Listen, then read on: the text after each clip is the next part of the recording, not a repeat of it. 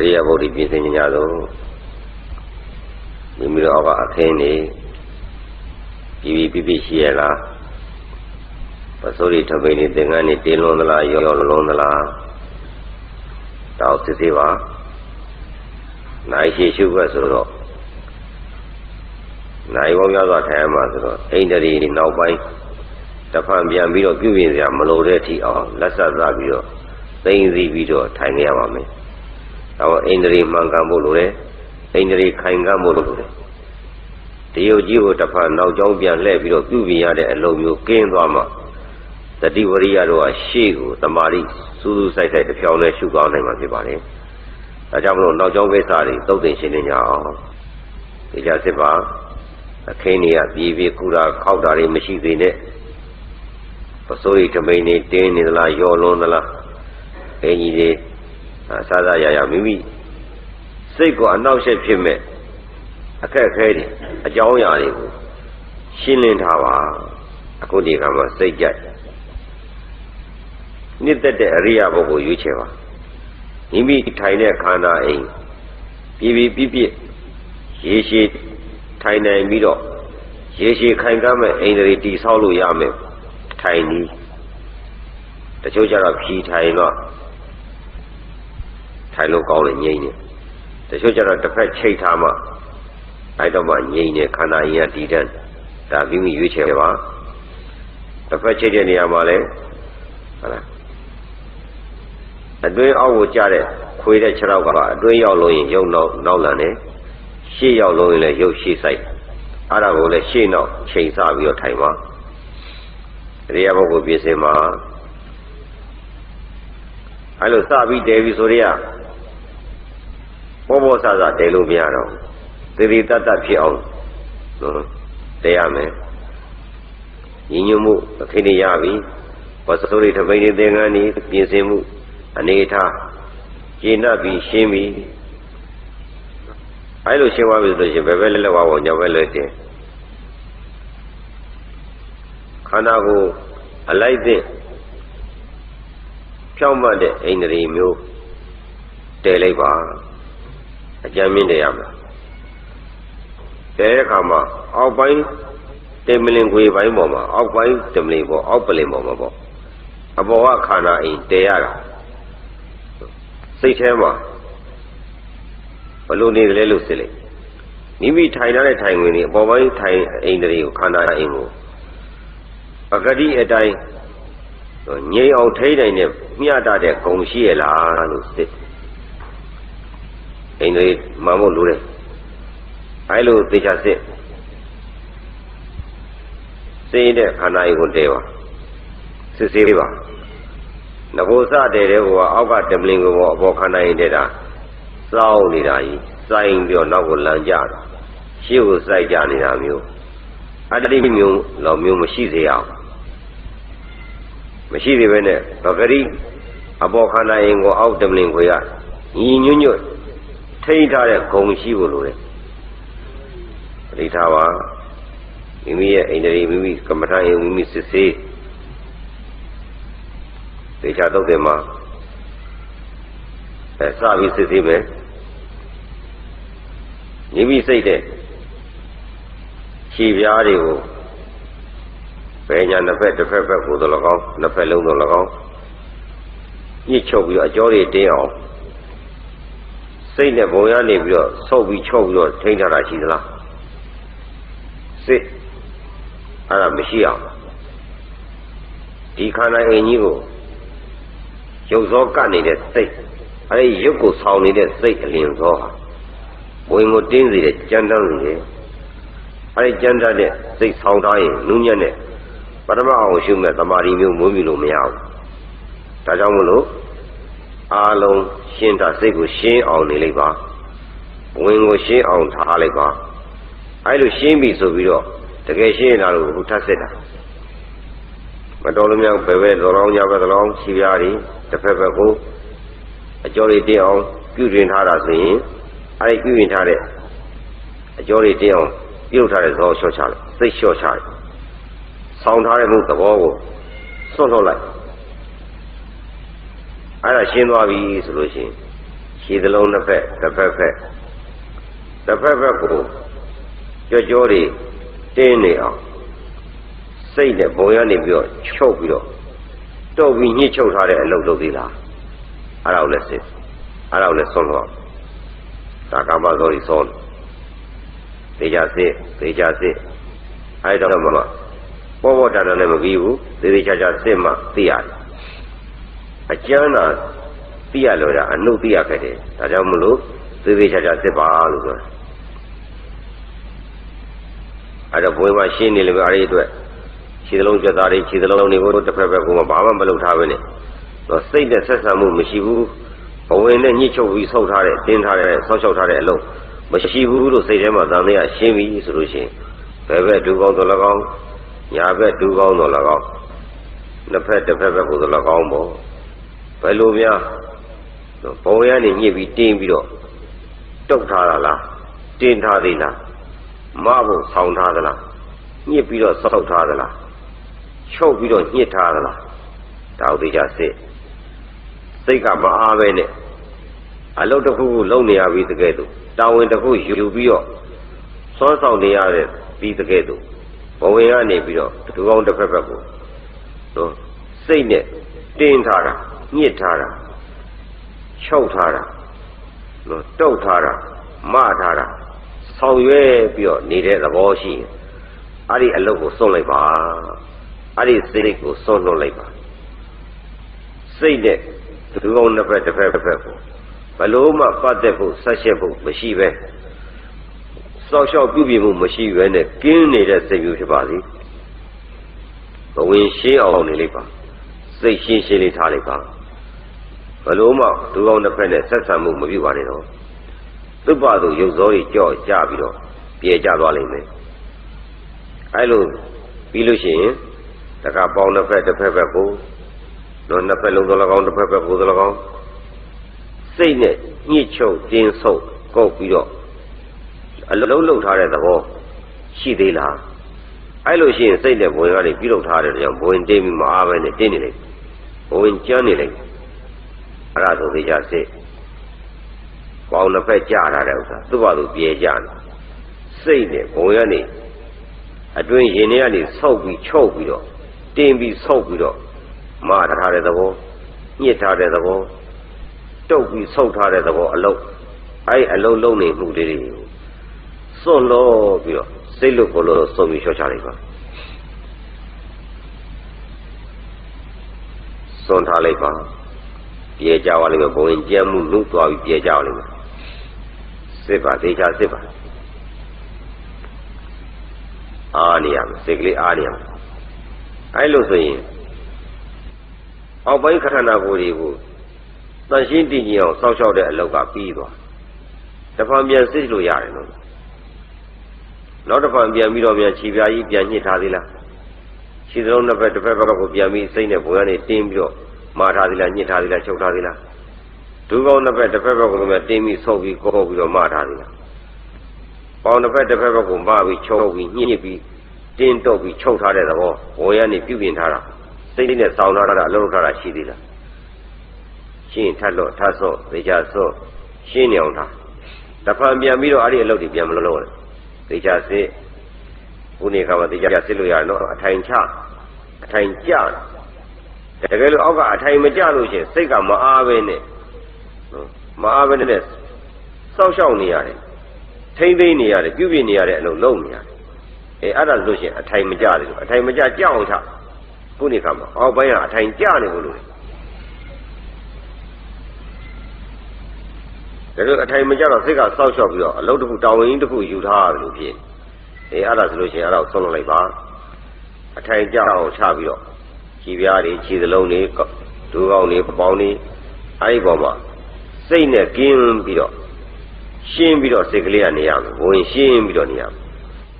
စိတ်ကအားပြီးနေရမယ်မအားမလားပဲနဲ့စောက်ရှောက်တဲ့လူတွေကင်းနေပါလိမ့်သေချာစစ်ပါစိတ်ကလေးပြေပြီးရှင်းပြီးအားပြီးနားနေလိုက်ပါ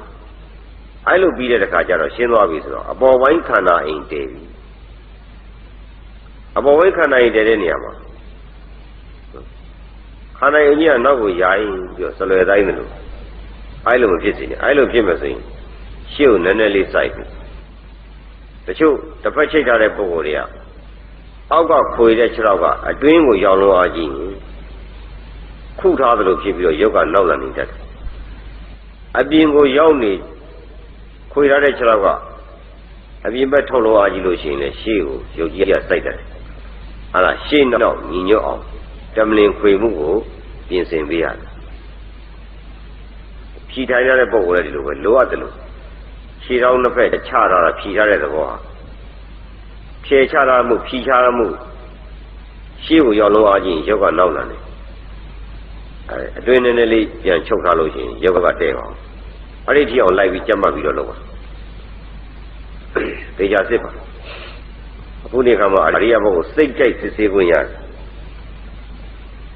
စစ်ဆေးခွင့်မရှိတော့တဲ့အချိန်မှာနောက်သွားပြီးတော့မလုပ်နဲ့အခုနေ့ကတော့စိတ်ကြိုက်လုပ်ရတယ်စိတ်ကရှင်းနေရမလို့အားနေရမအပေါ်ပိုင်းခန္ဓာကိုယ်တည်တာလဲအောက်တင်မလီပိုင်းပေါ်တည်ရတာအောက်ကတင်မလီကိုယ်ပိုင်းဟာအပေါ်ပိုင်းခန္ဓာကိုထိန်းထားနိုင်တဲ့ပဂရိကုံရှိရမယ်ညီညွတ်မြတ်တာမှုရှိရမယ်လို့ဆိုတော့စစ်ဆေးပါစိတ်ကိုစစ်ဆေးပါကိုယ်စိတ်ကိုစစ်ပါရှင်းရလားဆရာမဖြစ်သင့်မှုဆိုတဲ့အပြစ်တွေများကျွလွန်ထားမှုခင်းရလားစစ်အနေထားအောင်မိမိထိုင်ရတာကျဉ်းရစိတ်တိုင်းကြကြည်ကျင်တတ်တတ်ကြီးဖြစ်ရလားစစ်အနာရှိထိုင်မှာမို့လို့စိတ်တိုင်းကြစစ်အရိယာတွေပြောနောက်တစ်ခါအပေါ်ပိုင်းခန္ဓာအိမ်တည်တာစစ်ပါအဲ့ဒါအရေးကြီးဆုံးပဲအပေါ်ပိုင်းခန္ဓာအိမ်တည်တဲ့နေရာမှာကိုယ်နေကြအတိုင်းထိုင်နေကြအတိုင်းလို့မအောင်ပြပါနဲ့ခါကြောကြီးတွေတင်းပြီးတော့အပေါ်ခန္ဓာအိမ်ကြီးကိုမထားတာခန္ဓာဝင်ကြီးထမ်းပြီးတော့ထားတာအဲ့ဒါမျိုးမဖြစ်ပါစေနဲ့အဲ့လိုဖြစ်လာတာပဲဆိုစိတ်ကဘွယ်ကနေတင်းပြီးတော့ခန္ဓာအိမ်ကြီးကိုအပေါ်မဖို့ခါကြောတွေကိုနောက်ကြောတွေကိုတင်းတောင်းပြီးကြည့်ပြီးထမ်းပြီးတွန်းထားလိုက်မယ်အဲ့ဒါဆိုလို့ရှိရင်အဲ့ဒီခါကြီးကိုခန္ဓာအိမ်ကြီးမထားတဲ့အလုပ်ထမ်းထားတဲ့အလုပ်လေးကိုစွန့်လှုပ်ပြီးလျှော့ချလိုက်ပါစိတ်လျှော့ချလိုက်ပါလျှော့ချလို့များနောက်လန်သွားတဲ့ငကိုထားတဲ့အိန္ဒြေသည်နောက်ကိုလန်နေလို့ရှေ့ကိုနည်းနည်းလေးတွန်းပြီးတော့ထားလိုက်ပါရှေ့ကိုနည်းနည်းတွန်းထားလိုက်ပါတွန်းထားပြီးပြန်လှုပ်ပေးလိုက်စိတ်လွတ်ကိုလို့ပြန်လှုပ်ချထားလိုက်တဲ့အခါမှာသူ့ဘာသူလွတ်လွတ်ကလေးတဲကြနေရစိတ်နဲ့ပြန်ထမ်းတာမရှိသေးနဲ့သိကြစစ်ခါကိုညှိချုပ်ပြီးတော့ထိန်းထားသလားစိတ်နဲ့ဘဝင်ကနေတင်းပြီးတော့စိတ်တင်းပြီးဘဝင်တင်းပြီးတော့ခါကြီးကိုညှိချုပ်ထားတာအဲ့ဒီအလုံးမရှိဘဲနဲ့ပဂရိတိုင်းဖြစ်ပါစေဘုရင်စိတ်နဲ့ထိန်းပြီးထိုင်ထားတဲ့အိမ်တွေကြာကြာညော့ထိန်းထားတဲ့စိတ်ကကြာနေတော့ပန်းလာတော့ပင်မစီးမှုတစ်ခုဖြစ်လာတယ်ရှစ်ဆုံးရှုရမယ်တမာရီလမ်းစဉ်မရောက်ခဲ့တဲ့နောက်ကျောင်းခန္ဓာအိမ်ကြီးထားတဲ့အလုံးနဲ့မောကုန်သွားနေလိမ့်ဒုက္ခရောက်ပြီးဆင်းရဲနေလိမ့်ဒါကြောင့်မလို့စိတ်လွတ်ကိုလွတ်ဖြစ်အောင်စွန့်ပြီးထိုင်တဲ့အရိယာပုဂ္ဂိုလ်ဖြစ်အောင်ပြင်ဆင်ရမယ်သိကြစစ်ပါဘုရားကြီးညှိချုပ်ပြီးတော့တင်းဆောက်ပြီးတော့ခါကြောကြီးတင်းအောင်ဆောက်ပြီးတော့ခန္ဓာကိုယ်ကြီးအပေါ်မထားနေသူ့ဘာသူလိုလတ်စွန့်ပြီးပုံချထားလိုက်အဲ့လိုချရတဲ့ရှေ့ဆိုင်ပဲဆိုနောက်နည်းနည်းတော့ရိုင်သွားမယ်ဆိုတော့နည်းနည်းပြန်တက်လန်သွားမယ်ဆိုရှိနည်းနည်းလေးပြန်ဆိုင်ပြီးတော့သူ့ဘာသူလျှော့ထားဘဝင်တင်းပြီးစိတ်တင်းတဲ့အလုံးမျိုးမရှိပဲနဲ့ခါဟာရှင်းနေခါကြောတို့စိတ်နဲ့ညှိချုပ်ထားတဲ့အလုံးကင်းနေပါစေသေချာစစ်ပါနောက်တစ်ခါနောက်ကျောတွေကြောကြီးထောင်ပြီးတော့ထမ်းပြီးတော့အပေါ်တွန်းပြီးတော့တင်းတင်းကြီးလှုပ်ထားတာခန္ဓာကြီးထောင်နဲ့တင်းမာမာကြီးဖြစ်အောင်လှုပ်ထားတာအဲ့ဒီအကျော်ကြီးတင်းနေအောင်လှုပ်ထားတယ်အလုတ်ကိုစွန့်လိုက်ပါဘဝင်ရှင်းပြီးတော့နေပါသည်ဘဝင်ကနေပြီးတော့ညှစ်ချုပ်ပြီးတော့နောက်ကျော်ကြီးတွေတင်းပြီးတောက်ပြီးရုပ်ကြီးကိုအပေါ်ကိုထောင်ပြီးအောင်ပြုလုပ်ထားတဲ့အလုတ်ကိုအနားယူလိုက်စွန့်လွတ်လိုက်ပါစစ်ပါဒီချာစစ်ပါ အိန္ဒြေမှန်ဖို့လိုတယ်တန်ရှင်းဖို့လိုတယ်ဆရာအပြစ်ကင်းအောင်လုပ်ထားတဲ့အလုပ်တွေအပြစ်ပြန်ကျူးလွန်ပြီးတော့မလုပ်ထားနဲ့ဟာလားကြာထိုင်တော့အဲ့ဒါတွေဒုက္ခပေးလိမ့်မယ်သမာဓိလည်းပြည့်တရားလည်းပြည့်စိတ်အခုနေစိတ်ခန္ဓာယုံကြာနာတာစိတ်တိုင်းရတာစိတ်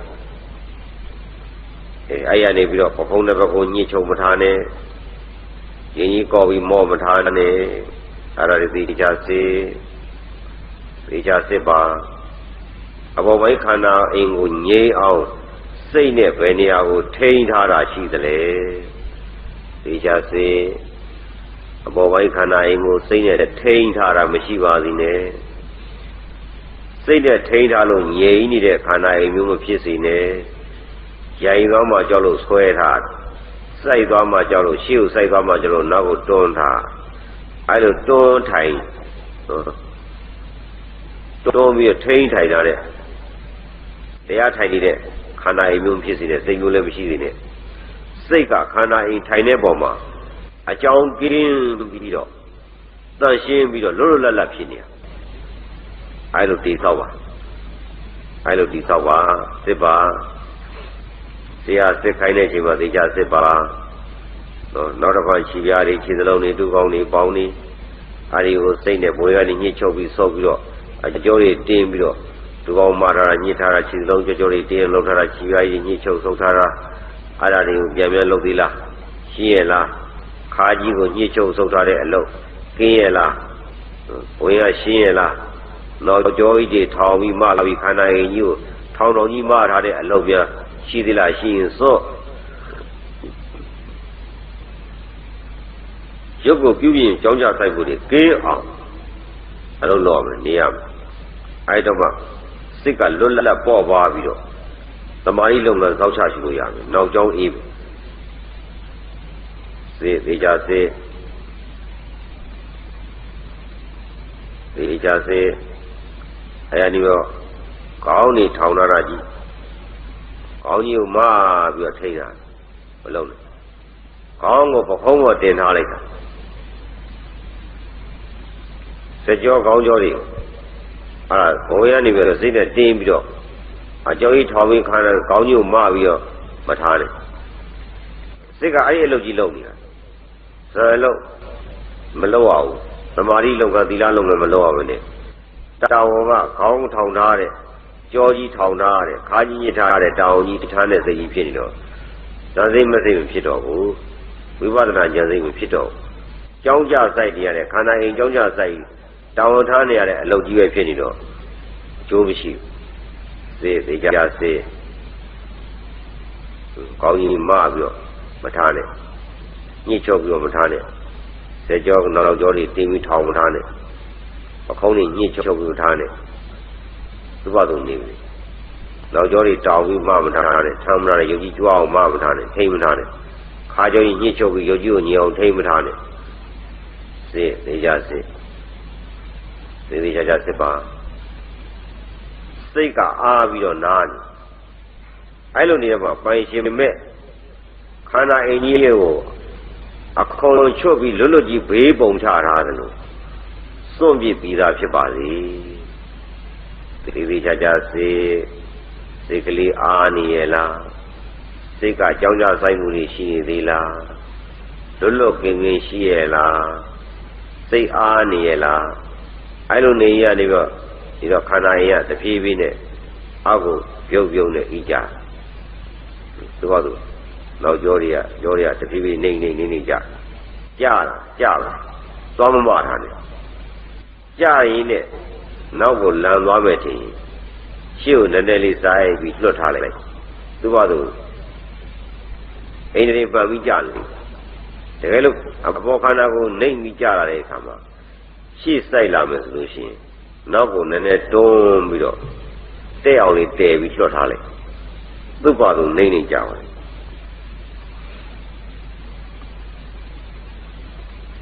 လေဒီထားတရားစစ်ခန္ဓာအိမ်တစ်ခုလုံးကိုဘယ်နေရာကိုမှစိတ်နဲ့ထိန်းချုပ်ထားတာမရှိအောင်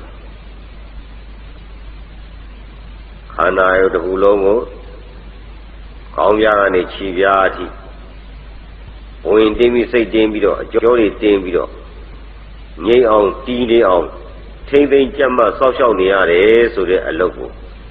အားပြီးတော့နားပြီးတော့နေရမယ်စွန့်ထားမယ်မရှိရအဲ့ဒီမှာခန္ဓာအိမ်ဟာပိုင်ရှင်မရှိသလိုအခွန်ကျွတ်နေတော့လေကော်ပွားရုပ်ကလေးလိုဘဝထူထားတဲ့ဘဝရုပ်ကလေးလိုနောက်တစ်ဖန်ပြန်ပြီးတော့ရိုင်ချင်းရွယ်ချင်းလမ်းချင်းစောင်းချင်းပြန်ထိမ့်သိမ့်ရခြင်းမရှိတော့သစ္စာရုပ်ဆိုဒီတိုင်းပဲနေတော့တာဘာလို့နဲ့ကြာကြာဒီတိုင်းကြီးပဲအဲ့ဒီလိုအရိယာသူတော်ကောင်းတွေကခန္ဓာအိမ်ရဲ့ဒုက္ခကိုလွတ်ပြီးတော့ဘလောက်နိုင်နေဗလေးရက်နေသူတို့စွန့်ထားနိုင်တယ်စိတ်ကပင်မညစ်ဆင်းရဲခြင်းလည်းမရှိဘူးရုပ်ကတဖန်ပြောင်းလဲခြင်းလည်းမရှိဘူးဆိုတော့ဒီလိုတိဆောက်ရတယ်စေဒေကြစေသူဘာလို့ဤကြလိုက်နောက်ဆိုင်သွားမယ်ဆိုရင်ရှင်နေတူဒီရိုင်သွားမယ်ဆိုနည်းနည်းပြန်တက်ပြီးတော့အနေထားကြအောင်ချသူဘာသူစိတ်ကလွတ်ထားတဲ့ခါမှာရုပ်ကသူ့အလိုလိုရိုင်ရင်ရွယ်ရင်လမ်းရင်စောင်းခြင်းမရှိပဲနဲ့ငြိမ်ပြီးတော့ငြိမ့်နေတည်ငြိမ်ပြီးပဂရိခိုင်ကနေဒီလိုအိမ်တွေမျိုးမရောက်အောင်တိဆောက်ပြီးပါစစ်ပါအေးစစ်ပါစိတ်ကိုအနာယူပါအားနေပါအဲ့လိုကြာနေတော့ယောဂတပြေးပြေးရောပြီးကြာလာနိုင်တယ်လမ်းသွားမှလားနောက်ကိုလမ်းပြီးဆွဲသွားလားဆွဲသွားရင်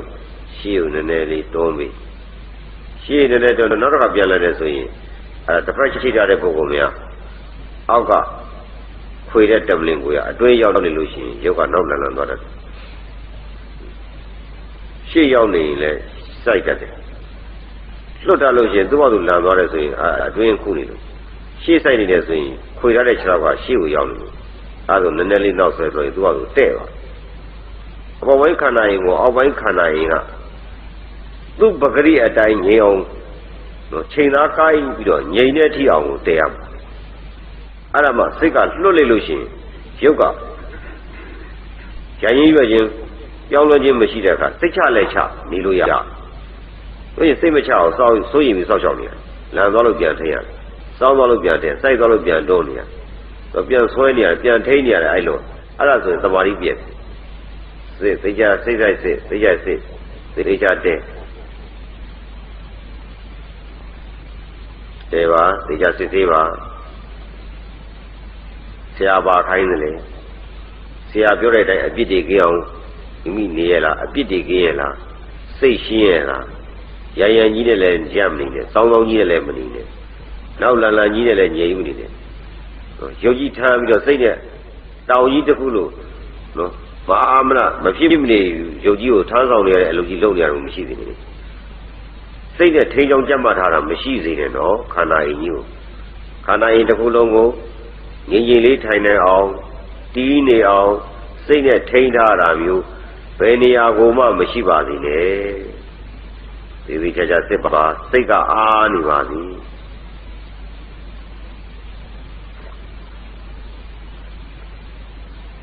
တပြေးပြေးကြာလာလိမ့်မယ်ကြာသူ့အတူဘဲကြာရော့ကြာအယုဒ္ဓိစစ်တီအကျော်ကြီးပြဲပြီးဇောတွေပြဲသွားတော့ရော့ကြာကျင်တဲ့လောက်ကြာနေပြီသူကတပြေးပြေးကြာရင်နဲ့နောက်လမ်းသွားသလားရှေ့ဆိုင်သွားသလားစောင်းသွားသလားစစ်ပြန်ဆွဲပြီးမှမထားနဲ့စောင်းတာလေးတဲ့လန်တာလေးကိုတွန်းရှေ့ဆိုင်တာလေးနောက်တော့လန်တာလေးကိုတဲ့ပြီကြာတာသူ့ဘာကိုကြာတဲ့အတိုင်းထားလိုက်ပုံထားတဲ့အတိုင်းလေးကိုလန်တာရွဲတာစောင်းတာ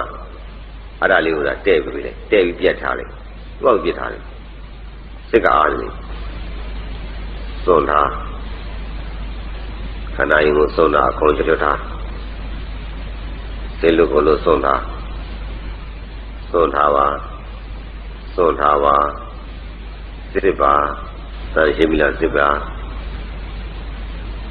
မေ့ပြီးတော့မြန်တခုတောင်းတခုနဲ့တစ်စက်ကတောက်ပြီးစောက်ရှောက်ထိနေကြတဲ့အလုံးများရှိသေးလားနည်းနည်းလေးပြထိနေတာလားနောက်ဆုံးမျက်စိမိတ်ထားတာအောင်မှလိုရတဲ့ပို့ပြီးတော့မျက်ခုံးတစ်ဘက်မျက်မှောင်ကျုပ်ပြီးတော့ထားတယ်လားအဲ့ဒါဆိုဇောပဲအဲ့လည်းကာမဇောပဲမျက်နှာကြောကြီးတွေတင်းနေတာ ဘာပြမျက်နှာကြောတွေတင်းနေတာစိတ်ကလေးလျှော့ကြလိုက်ပြည့်ဇောနုလေးဇောနုလေးမျက်နှာကြီးကိုမှိတ်တော့ရှုံလာတော့မျက်နှာပြဇောတွေကြောတွေတင်းပြီးဇောတင်းနေအဲ့ဒါလည်းမရဘူးအဲ့ဇောပါဖြဲချရှုံရတယ်ပြဲပြီးတော့မျက်နှာပြလေးရှင်းနေပါလိမ့်အဲ့လောက်ဇောနုလေးတော့မှမရအောင်အဲ့လောက်ကလေးမျက်နှာလေးဒီမျက်နှာကြောလေးနည်းနည်းလေးတင်းနေအောင်လုပ်ထားလို့မရအောင်စစ်တေချာစစ်ပါစေနဲ့ရိုင်သွားသလားတချမ်းကောင်းသွားသလားတစ်ဖက်ကိုစိုင်းပြီးတော့ကြာနေသလားတစ်ဖက်ကိုစိုင်းပြီးကြာနေသလားစစ်ပါစိုင်းပြီးတော့နှိမ့်မကြပါဘူးတဲ့လေးပဲကြာနေရမယ်ဘေးပဲညာညီညွတ်ပြီးတော့ပဂရိတဲပြီးတော့တငိမ့်ငိမ့်နဲ့ခန္ဓာအင်ဟာသူ့ဘာလို့ပြီးပြီးခိုင်ငတ်နေခွေပြီးခောက်ပြီးတော့ကြာတာမဟုတ်ဘူးပဂရိအနေထားလေးပဲကြာနေတယ်စစ်ပါခါကြောလေးကသွားတင်နာသေးလားအခုံးကြောလေးပဲညှိချသေးလားနောက်ကြောကြီးပဲထောင်နာသေးလားစိတ်တဲ့ဘွယ်ကနေညှိချုပ်ပြီးတော့စက်ကြီးပဲထောင်နာသေးလားခေါင်းကြီးပဲတုံးမထားသေးလားမိပြီးပြန်ပြီးတော့အကျင့်ပါနေပြီးပြန်လောက်တတ်တယ်မလစ်စီနေစစ်အလိုက်တဲ့စောတာသူကလူပုံကြနေဘူးစိတ်လို့ခေါ်တာစောတာလော့ထားအကုန်ချွတ်တာစိတ်ကအာပြီးနာပြီးကြည့်တယ်ခန္ဓာအရာပဂရိငြိမ်ပြီလားကျွဲသွားသလားလမ်းသွားသလားစိုင်းနေလားစိတ်ကြီးကြာတယ်တရားစ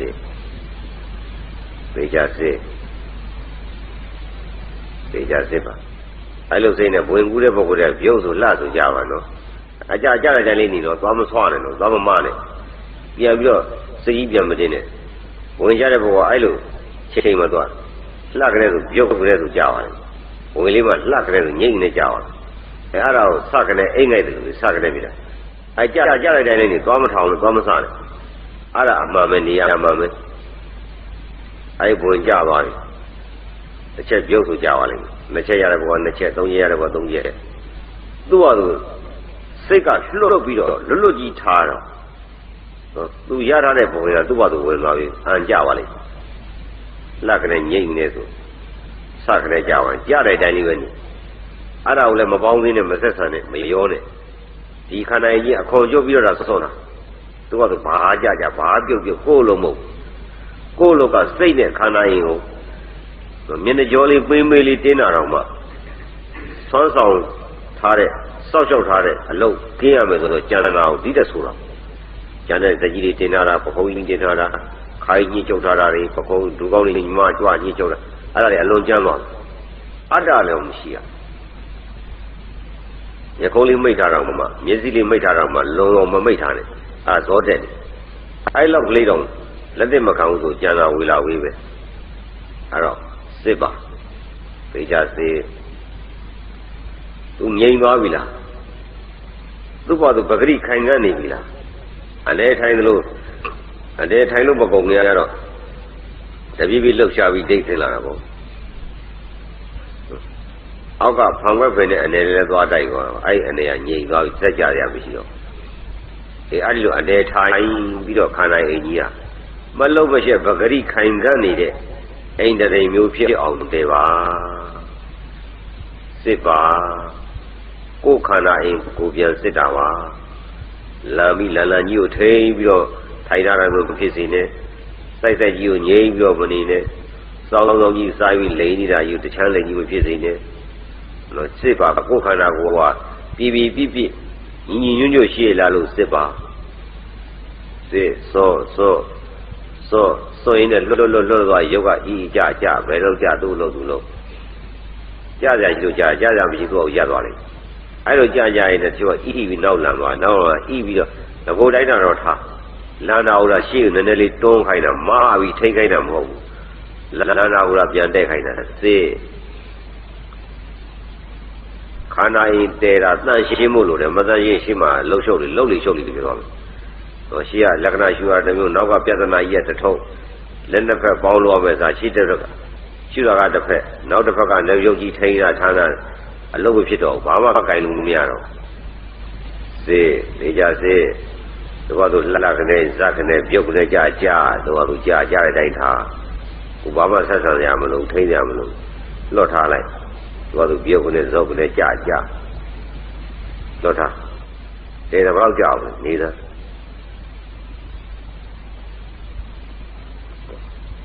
ခေါင်းကြီးစိုက်ပြောမနေနဲ့ခေါင်းကြီးစိုက်တယ်တော့မတိပသာဇောကစိုက်တာလေးကိုထိန်းတာကြာတာနေတော့ထိန်းရတဲ့ဇောလေးပင်မလို့လျှော့လဲလျှော့ခေါင်းကြီးအောက်ပြုတ်ကြအဲ့ဒါငါအိမ်လေးမှားပြီစစ်ပါ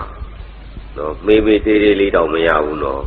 ဇော်လေးမေးမေးလေးကပ်ပြီးတော့ရုံနဲ့ပေါင်းပြီးတော့အလုပ်ထားတော့မရဘူးနော်သေချာစစ်ပါသေချာစစ်ပါ